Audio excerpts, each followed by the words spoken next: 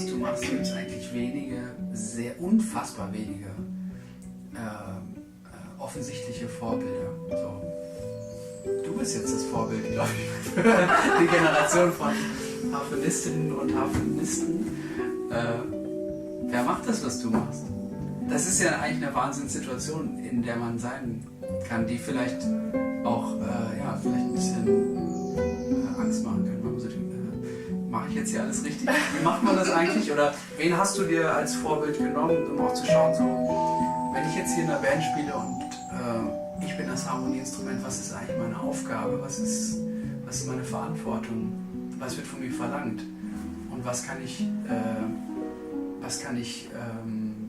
leisten mit den Voraussetzungen, die an mich gestellt werden, aber auch was mein Instrument quasi leisten kann, so, weil dein Instrument ist einfach so speziell. Ja. Wie bist du da vorgegangen? Also ich habe mich natürlich schon an Pianisten orientiert. Mhm. Wobei das natürlich auch nur begrenzt möglich ist, weil ich ja nie diese Möglichkeiten habe, diese 12 Töne bieten. Aber das war auf jeden Fall sozusagen von der Funktion, wie man in der Band funktioniert. Aber ich habe auch viel von Bassisten irgendwie gelernt. Ah ja, was? Kannst du das benennen? Ja, ich glaube was so rhythmische Struktur betrifft oder das Bilden von einem Netz oder sowas. Ein Netz für jemand anders? Ja. Mhm. Also ich glaube, ich habe eigentlich ist es ganz lange immer so gewesen, dass ich diese Funktion des Netzes für jemand anders erfüllt habe. Also das war auch, glaube ich, mein Weg, überhaupt in diese Musik so reinzukommen. Also ich bin nicht da hingekommen und gesagt, ich bin jetzt der Solist und ich bin jetzt hier so. Sondern es war eher so, erstmal die ersten Schritte waren so ein Farbgeber zu sein und sich so ein bisschen drumherum dem Ganzen so eine Umgebung sozusagen zu geben. Mhm. So habe ich so am Anfang, glaube ich, die Funktion erfüllt, also jetzt auch noch nicht sozusagen so eine Verantwortung für Struktur zu übernehmen. Das war so mein Weg, das zu lernen, einfach, indem ich da einfach mich so dran gehängt habe. Mhm. Und dann ging es, sobald ich irgendwie mehr konnte und sicherer war, ist es so in diese Funktion gegangen, ein Netz zu bilden oder ein Bett zu bilden für jemanden, der sich darauf auch sozusagen verlassen und setzen kann. Mhm. Und stimmt, das ist natürlich was Bassisten das war, genau. besonders auch ausmacht. Genau, und das war sozusagen der Moment, wo ich da mich auch dann oft connected habe, sozusagen.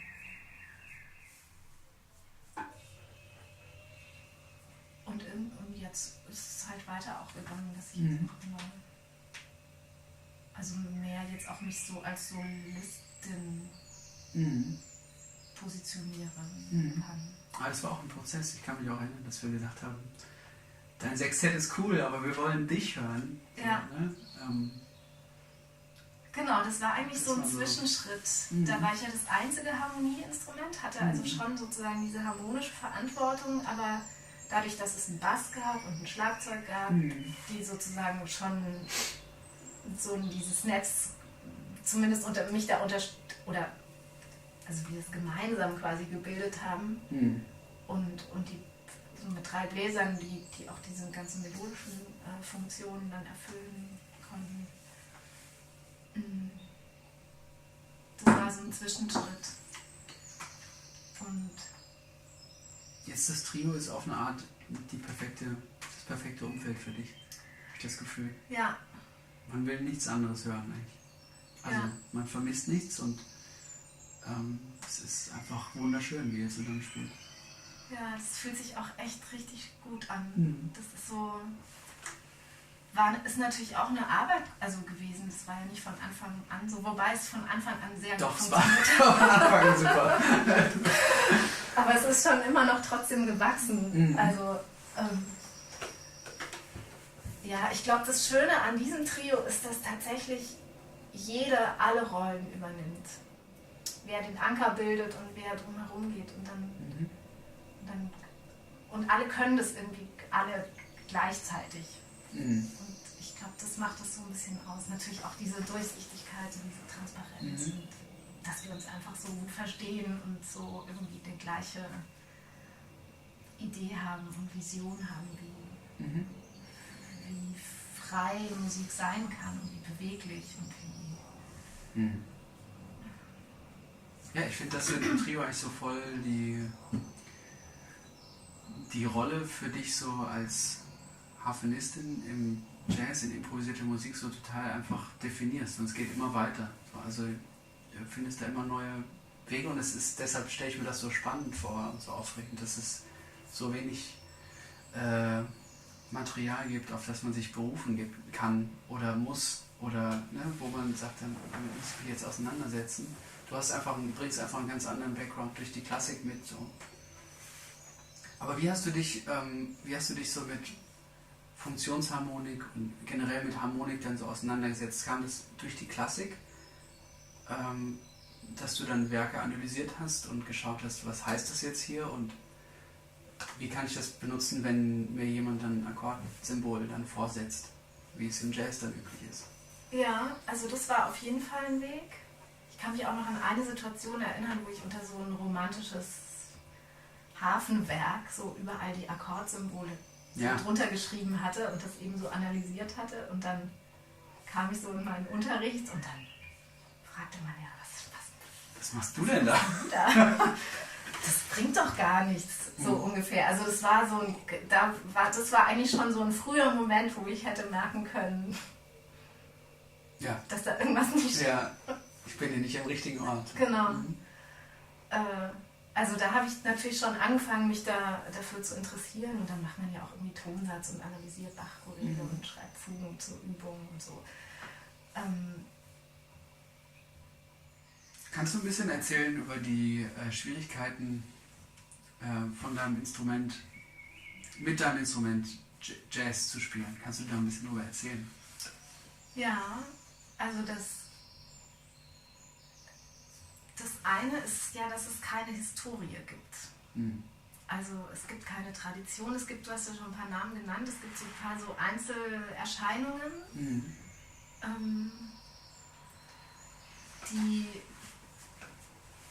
die sozusagen insofern eine Inspiration sind, dass man weiß, dass es möglich ist. Aber dass es jetzt sozusagen nicht so eine wirkliche Tradition gibt, auf die man sich beziehen kann oder von der man lernen kann. Keine Ahnung, wie das jetzt bei Saxophonisten oder Pianisten ist, wo es einfach so... Es ist nicht nur, von dem man lernen kann, sondern von dem man lernen muss, um zu lernen, wie es geht auf eine Art. Genau. Und von denen man sich dann ja auch irgendwann abgrenzen kann. Aber dazu muss man sie auch erstmal alles gecheckt haben, um sich abgrenzen zu können. Also diese Roots. Ja. Dieses Instrument hat in dem Genre keine Roots.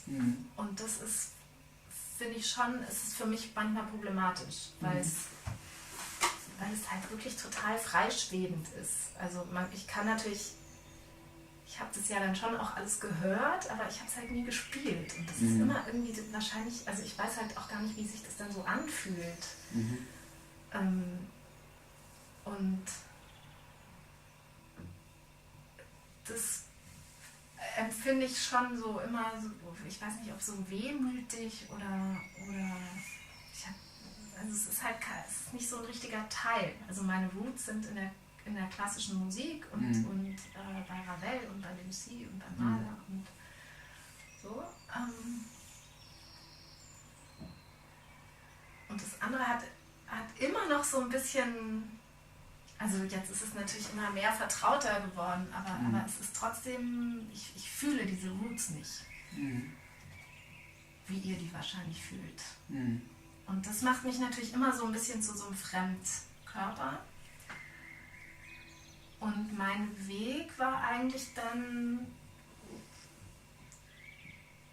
sozusagen unbefangen zu sein und einfach ganz direkt das zu nehmen, womit ich konfrontiert bin. Also mit der Musik von dir. Mhm. Und dann höre ich mir deine Musik an und versuche herauszufinden, wie die funktioniert und wie der Zusammenhang funktioniert, wie die Band funktioniert und versuche dann sozusagen einfach aus meiner Erfahrung, die dann halt so diffus aus allen möglichen Einflüssen sich zusammensetzt, mich da einzubringen und irgendwie zu versuchen, mich zu connecten mit und dann zu hoffen, dass es sozusagen funktioniert. Ja.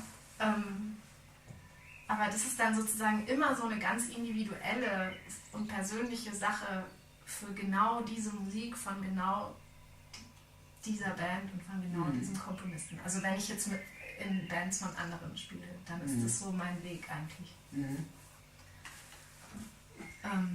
Natürlich komme ich dann irgendwann auch immer so zu diesem Punkt technische Komplikationen, Harfe, diesem Pedalsystem und so, dass man halt immer nur 7 Töne zur Verfügung hat und einfach diese Begrenzung, weil man halt sozusagen das immer erst neu herstellen muss, diesen Tonvorrat. Ich habe halt nie sozusagen den kompletten Tonvorrat immer zur Verfügung, sondern ich habe halt einen bestimmten Tonvorrat von 7 Tönen. Und dann kann ich natürlich das schon relativ schnell, aber halt auch nicht jetzt 7 auf einmal, sondern eigentlich immer nur 2 auf einmal. Und dann weil du 2 Füße hast. Genau. Also das heißt, ich muss mir das schon immer auch so zurechtlegen. Oder wenn dann manchmal dann auch so enharmonisch verwechseln. Ja. Also dann denke ich nicht Gestur, sondern Fistur zum Beispiel, was ja eigentlich dann so ein bisschen absurd dann wirkt, vielleicht im Kontext, aber ich komme halt gerade irgendwie mit meinen Pedalen aus dem Kreuzen und dann... Macht Sinn. Ich denke manchmal auch wenn mir das leichter fällt. Ja. Ich muss keine vielen Pedale drücken, damit ich dann das spielen kann, was ich spielen will, aber bei manchen Akkorden muss ich auch, denke ich auch, in dem Moment damit es leichter wird für mich. Von daher, das kenne ich schon auch. Aber ich denke schon so in einzelnen Tönen. Also wenn du so nach diesem Akkord fragst, wie ist das Akkordsymbol, dann denke ich sofort so, welche sind die wichtigen Töne? Die muss ich mir jetzt so herstellen und dann spiele ich vielleicht mal keine Noten, wenn ich jetzt nicht so genau... Ja.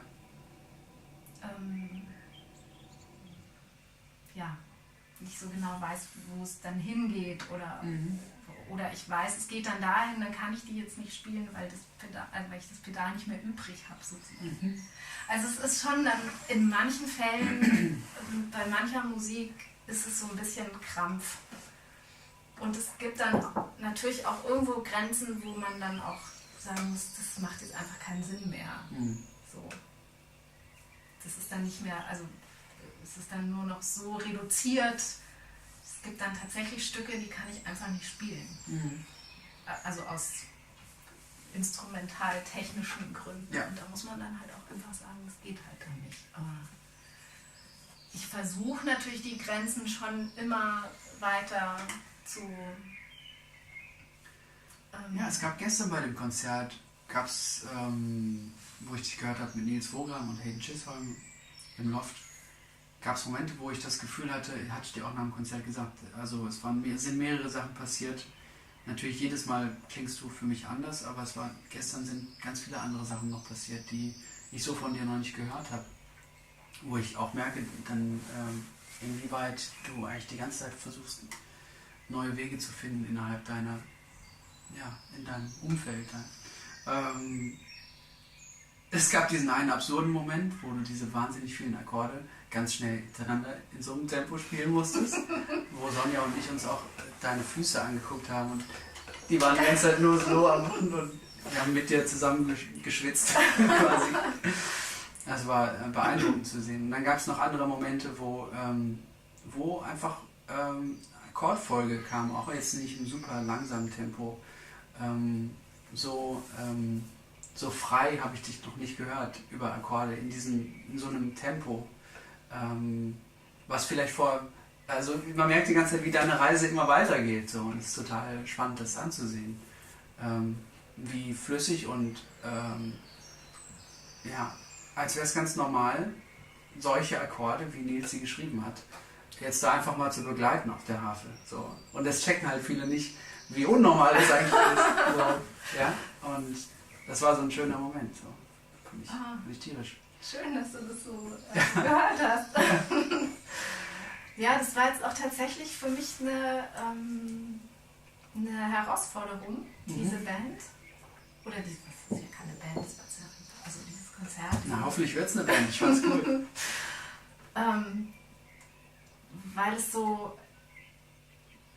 Weil ich tatsächlich ja eine Funktion da jetzt übernommen habe, die ich selten oder eigentlich nicht so oft übernehme, dass ich sozusagen das Harmonieinstrument und es gibt keinen Bass und es gibt kein Schlagzeug, das heißt, ich bin viel mehr für diese ganze Struktur verantwortlich, kombiniert dann mit sozusagen diesen Akkorden und Formen, und Nils hat das ja jetzt auch nicht für die Harfe extra geschrieben sozusagen, der hat sich zwar schon ein bisschen informiert, was da so geht und hat jetzt da auch so Sachen ausgewählt, aber ich habe ihm jetzt auch gar nicht so viel gesagt, wie kompliziert es ist, sondern gesagt, schick mal, ich schaue es mir an und guck mal, ob es geht. Und tatsächlich diese eine Stelle, die du erwähnt hast, die war halt so haarscharf an der Grenze, wo ich eben überlegt habe, soll ich sagen, das geht nicht. Aber die Harfe zerspringt in 1000 Teile. Ich habe es dann einfach versucht und halt auch einfach total viel geübt. Und dann, das ist dieser Moment, wo ich selber auch gemerkt habe, jetzt, das ist zum Beispiel wieder so ein Punkt, wo ich die Grenze ein bisschen weiter rausgeschoben habe. Nicht, weil ich mir das jetzt ausgedacht habe, ich würde solche Akkorde wahrscheinlich gar nicht schreiben. Ja.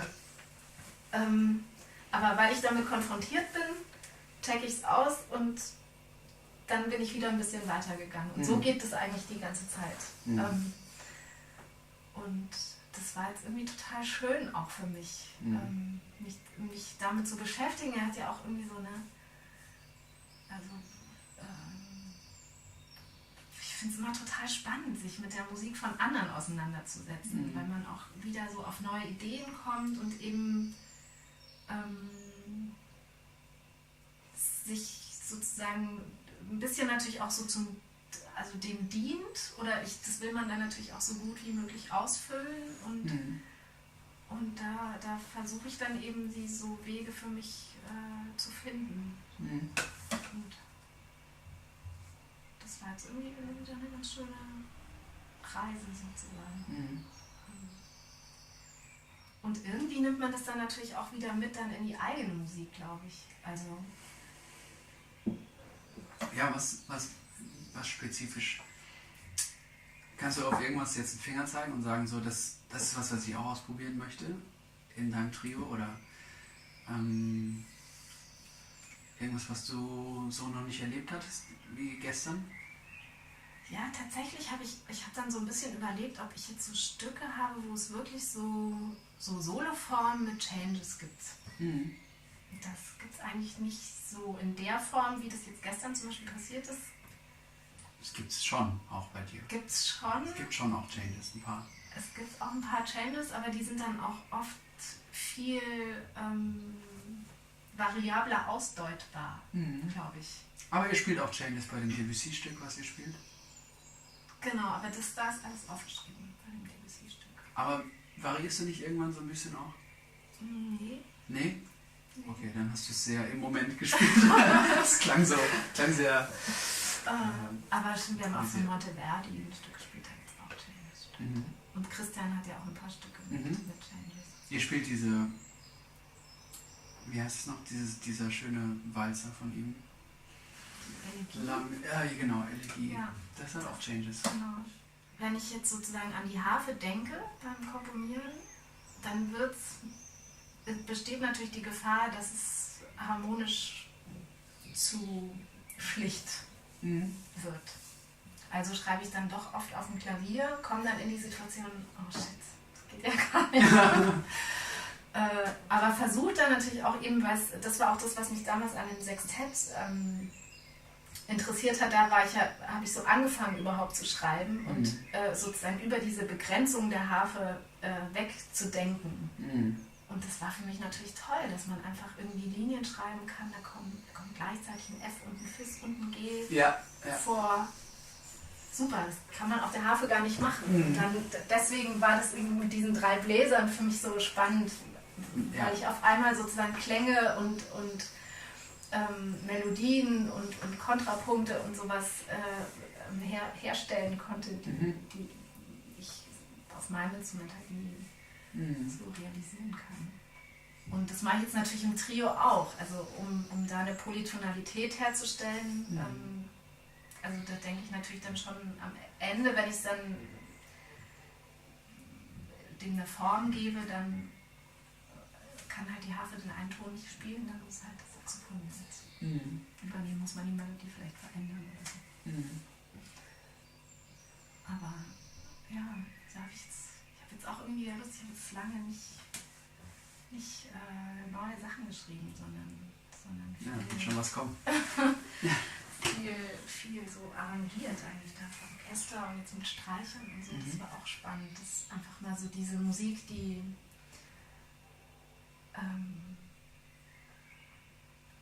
im Trio, also die Musik des Trios so nochmal aufzufächern und mit mehr Instrumenten zu realisieren. Das fand ich wahnsinnig schön, was ich da gehört habe. Von dir mit dem EOS Kammerorchester. Wahnsinnig. Ja, das war echt toll. Das war auch wirklich eine sehr schöne Arbeit. Ursprünglich hatte ich natürlich gedacht, ich schreibe was ganz Neues. Und dann, das ist halt so ein bisschen die Zeitfrage. Und dann war es aber so, dass ich dachte, nee, eigentlich ist es auch total geil. Ein Stück nochmal komplett neu zu denken, auch mit diesen anderen Möglichkeiten. Und da kommen dann auch auf einmal Dinge, die vielleicht in der Improvisation dann sowieso immer passieren, aber halt nicht aufgeschrieben sind, die kann man dann da aufschreiben. Und das hat irgendwie nochmal so eine ganz neue Dimension gebracht. Und jetzt habe ich auch manche Stücke auch noch für das Septett mit den Streichern auch nochmal die gleichen Stücke. Das ist wieder anders geworden. Also da ist irgendwie das auch schön zu sehen, dass da sozusagen in dieser Essenz so viel Substanz drin ist.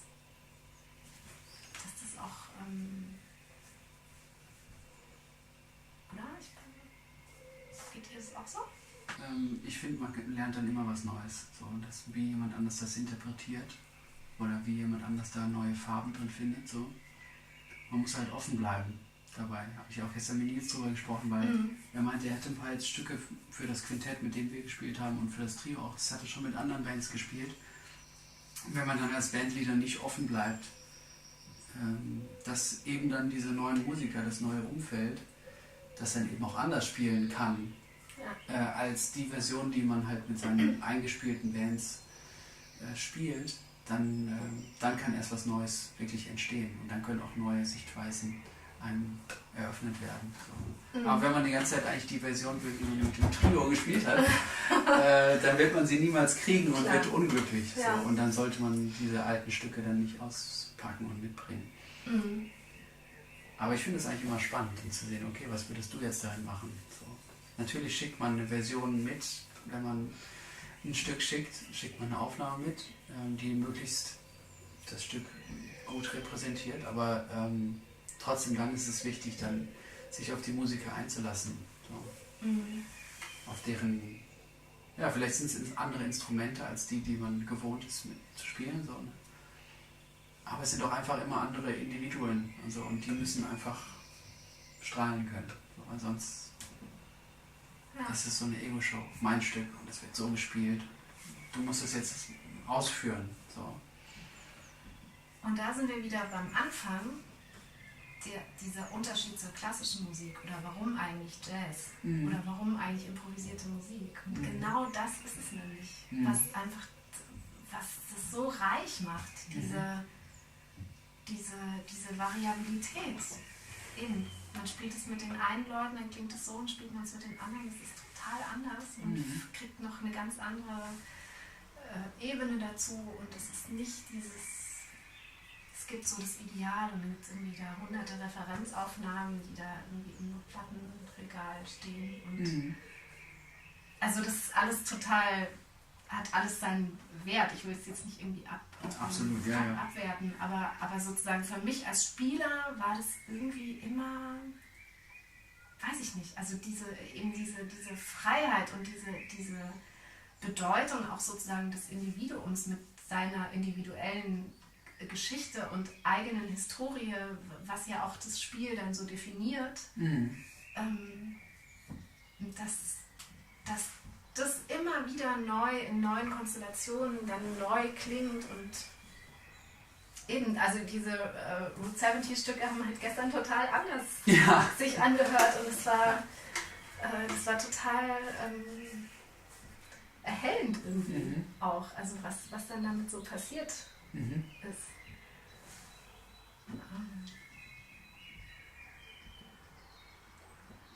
Ja, also das ist das, was ich einfach so immer wieder neu so faszinierend finde und warum ich das einfach total schön finde, diese Musik. Ja. Es ist auch so was Menschliches, es ist einfach so wichtig, dass man sich auch so gut versteht und in keiner anderen Musik wird so von einem so verlangt, man selbst zu sein im Moment. Ja. Und dass das dann auch in der wirklichen Musik, also den Tönen, dem Inhalt resultiert. So wie du dich jetzt gerade fühlst, hat eine Auswirkung auf welche Töne du spielst und wann und wie und ob du überhaupt spielst und so. Und das ist halt nicht, wenn du ein Stück Musik hast, was du spielen musst. So. Und wir haben jetzt oft schon darüber gesprochen heute. Es soll überhaupt nicht so klingen, als würden wir jetzt diese Musik nicht schätzen. Wie du schon gerade gesagt hast, wir lieben diese Musik. Aber wir haben halt rausgefunden für uns, dass wir als Individuen, als Katrin oder als Pablo, uns in dieser Musik einfach besser entfalten können. Wir sind mehr dafür gemacht vielleicht. Für diese Art von Musik, von dieser Art von Interaktion auch. Dass uns das wichtig ist, Interaktion und Austausch. Und sich wirklich im Moment frei auszudrücken und den Moment einzufangen. Auch klassische Musiker sind im Moment, wenn sie ihre Stücke spielen und wenn sie da auch auf ihre Art wirklich ihre ganze Emotionalität reinpacken. Aber es ist eben etwas anderes. So. Trotzdem lieben wir diese Musik. So. Klar, total. Das ist ja auch eine riesen... Also es ist ja unsere Ressource auch auf eine Art, aus der wir uns bedienen und aus der wir schöpfen. Was checkst du denn gerade aus?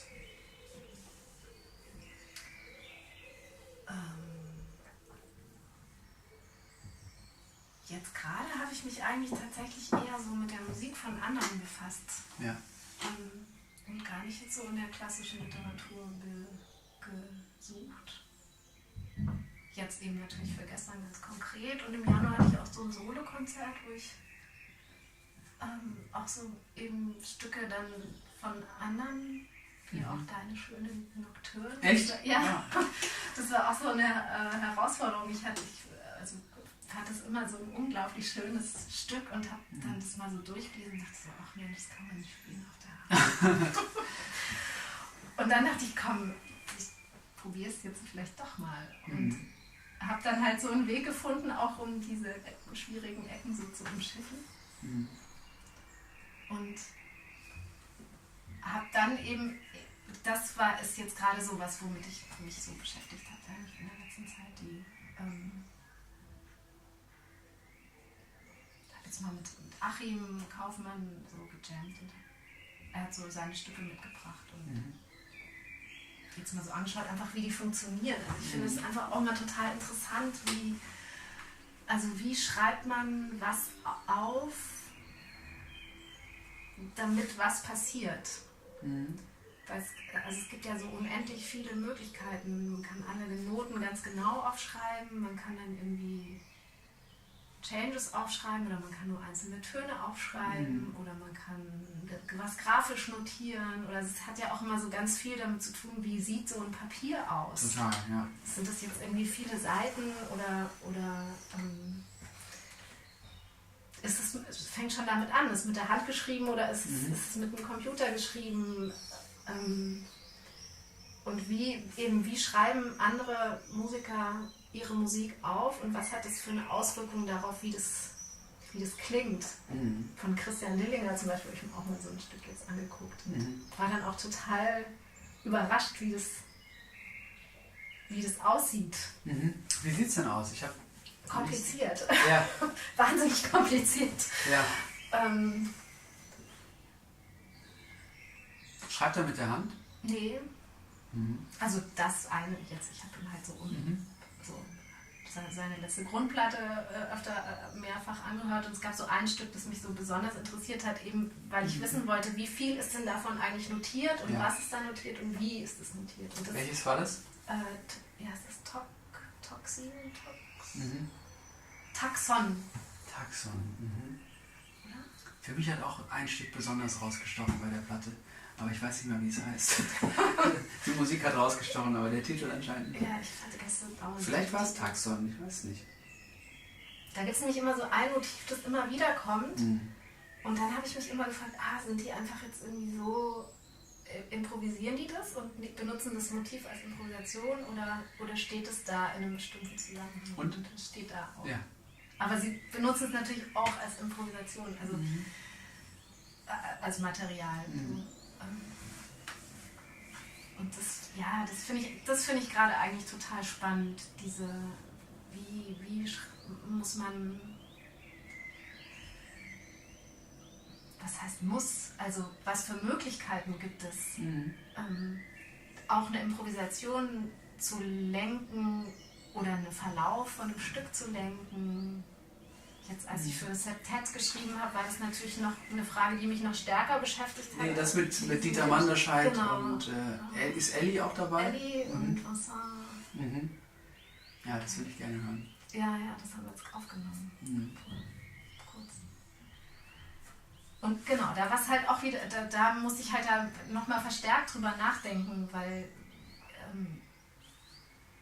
es sollte natürlich nicht zu konstruiert alles sein, aber zu viel offen zu lassen, ist mit so vielen Leuten natürlich auch so ein bisschen unbestimmt.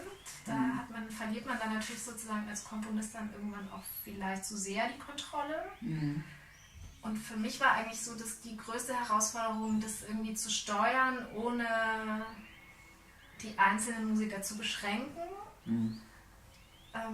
Und irgendwie so eine Balance dahin zu kriegen zwischen der Komposition und der Improvisation. Und da habe ich eben mich dann auch viel damit beschäftigt, wie schreiben das denn andere auf? Ich finde immer gut, dass wenn man ein Notenblatt sieht, dass man schon allein wie es aussieht, schon das Gefühl kriegt, wie das ungefähr zu klingen hat. So. Dass man das schon sieht, irgendwie. Was ist das für eine Stimmung irgendwie? Oder wie bewegt sich das Stück so? Gar nicht jetzt unbedingt von welche Notenwerte oder welche Töne, die man dann hört, wenn man es sieht, quasi, sondern eher so, was ist das für eine Art von Stück? So hier. Ne? Also wie so ein Bild eigentlich ist. So. Funktioniert ja bei deinen Sheets total gut, weil da durch diese Handschriftlichkeit, finde ich, auch ganz viel transportiert wird. Wie eng sind Noten geschrieben, wie weiträumig ist es sozusagen grafisch, wie viel Platz ist, wie viel Platz hat ein Takt, wie dick sind die Notenköpfe. So, das sind alles Sachen, die unterbewusst irgendwie was transportieren. Was halt natürlich dann verloren geht, wenn man es mit dem Computer macht. Es gibt halt ganz oft so Ausreden, wenn man Noten spielt, die vom Computer geschrieben wird und man hört dann Sachen wie, ja, ich wusste nicht, wie ich das bei Sibelius machen soll. Und dann denkt man so, warum? Schreib's halt mit der Hand. So. Ja, bei Sibelius kann man irgendwie nicht das Akkordsymbol dahin tun, deshalb ist es jetzt ganz woanders oder so. Ja, dann musst du es halt lernen oder halt aufschreiben. So. Ja, Sibelius kann ja meistens mehr, als man selber mit Sibelius kann. Ja. Also Es gibt wahrscheinlich immer einen Weg, irgendwie das rauszukriegen, was man eigentlich möchte. Dafür ist es ja geschrieben, quasi, das Programm. Mhm. Also jedenfalls, das ist meine Erfahrung. Aber du fängst schon mit Papier und Stift an. Ja. Ja, das irgendwie finde ich komisch. Also ich auch dann oft mit Klavier, obwohl ich ja dann, ich spiele ja unglaublich schlecht Klavier. Das glaube ich nicht. Doch, das stimmt. Das ist, da habe ich leider irgendwie versäumt. aber um so Sachen auszuprobieren, ist es natürlich, mache ich das schon. Also jetzt so nur im Kopf. Was meinst du, nur im Kopf und... Genau, Ja. also einfach was vorstellen und aufschreiben, das kann ich nicht. Also ich brauche schon Ich glaube, ein das kannst du. Instrument. Also ich habe jedenfalls noch nicht... Probier's mal, das ist nämlich total spannend, weil man dann überhaupt nicht an Instrumente denkt. Wobei, stimmt, manchmal mache ich das, dass ich mir so Melodieverläufe, aber ohne Notenlinien, sondern sozusagen rhythmisch. Also das ist... Okay. Es gibt irgendwie, in meinem Kopf gibt es irgendein Motiv, das sozusagen eine Linearität hat und eine Rhythmik hat und dann notiere ich die einfach ohne Notenlinien und mache dann sozusagen gehen die Punkte rauf und runter. Ich mache das andersrum, ich schreibe die Noten auf, die ich höre und überlege mir dann später Rhythmen. Ah ja. Also, das ist schon öfters passiert, dass ich das so mache, auf jeden Fall. Natürlich höre ich meistens dann auch Rhythmen, aber bei manchen Sachen bin ich mir dann nicht sicher und schreibe mir einfach erstmal die Töne auf. Ach, sehr und dann ja. schaue ich, es wäre doch eigentlich geil, wenn das total schnell kommen würde und das total langsam oder so. Wie so ein Kind auch malt. So. Ja. Das ist schon spannend, wie sich sozusagen aus so einer Uridee, also, was daraus entsteht, genau, aus dem Keim. Also egal, ob es jetzt sozusagen der Keim, die Rhythmik und einfach so ein Verlauf ist oder Klänge,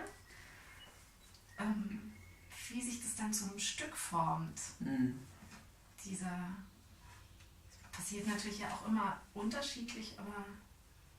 Ich habe gelesen, dass Stephen King meinte so, dass so eine erste Idee ist wie so ein Fossil, was man findet, wo man überhaupt nicht, wenn man quasi beim Schreiben jetzt mit dem Presslufthammer namens Plot kommt, also was ist das jetzt und wohin geht das und was ist das, ne? Also so bei uns im Sinne von, man hat eine Idee und sagt, daraus mache ich einen Blues.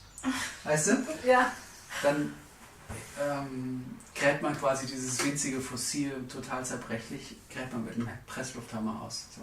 Aber man muss es eigentlich total behutsam freilegen und es dann von allen Seiten betrachten und schauen, ob das Teil von was Größerem ist.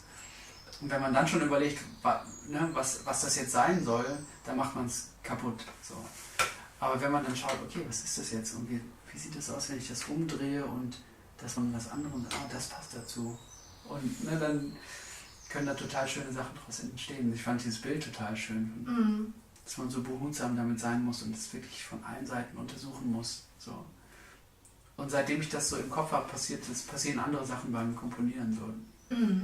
Okay, das ist jetzt quasi die erste Idee, was ich habe. Das heißt noch lange nicht, dass das jetzt das Hauptmotiv für mein Stück sein muss oder dass es überhaupt in meinem Stück vorkommen muss oder dass diese Melodie nicht eigentlich ein Akkord ist, wo ich die Melodietöne zusammenpacke oder dieser Akkord ist vielleicht eher eine Melodie oder es gibt gar keine Melodie oder was auch immer. So, dass man nicht zu vorschnelle Schlüsse macht, aber trotzdem aufschreibt alles so und dann halt schaut am Ende, was es wirklich braucht.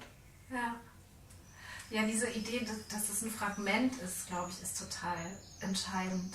Weil es kann ja dann ein super schnelles Stück werden, das total rhythmisch ist, oder es kann irgendwie so ein elegisches Rubato werden. Wenn man all das sozusagen als Möglichkeit sich frei hält, dann dann kann es ja wirklich sich auch, also dann hat man dieses Fragment und dann fängt es irgendwie an zu leben in so eine bestimmte Richtung und wächst so und vielleicht wächst mal kurz da, dann stirbt der Ast aber ab und fühlt sich so ein anderer und so wie so eine Evolution von so einer Keimzelle eigentlich. Ich glaube, das ist was, oder so ist es bei mir bisher immer gewesen. Also ich hatte dann auch nie eine Vision oder selten wirklich eine Vision von so einer Frau. Also ich finde es auch immer faszinierend, wenn mir jemand dann so erzählt, ja, dann das Stück habe ich geschrieben, da hat dann auf der Platte noch so ein ruhiges gefehlt. Oder ich habe jetzt, oder irgendwie eine... Habe ich auch ganz selten geschafft. So quasi, ich brauche jetzt ein schnelles Stück. Ja, ich weiß gar nicht, wie das geht. Also ich finde das total interessant, wie das, weil das ja auch so eine ganz starke Vorstellungskraft beweist. Manche Leute können nur so schreiben, wenn sie quasi wissen, was es jetzt noch braucht. Genau. Oder auch, was es dann vielleicht für einen Kontext hat. Oder die haben dann irgendwie so eine Inspiration, irgendein, keine Ahnung, Bild oder Stimmung oder sowas. Aber das hat bei mir noch nie so richtig funktioniert eigentlich. Es ist immer dieses Keimzellen-Dings. So ein paar Noten, ein paar Töne, irgendwie so ein kurzes Ding und daraus wächst dann was. Vielleicht muss man sich es auch mal so als Aufgabe stellen, um schon wieder andere. Ja, noch weiter aus der Komfortzone rauszukommen. Katrin, ich glaube, du musst jetzt nach Berlin fahren. Ja, ich habe jetzt gar keine Lust eigentlich. Ja.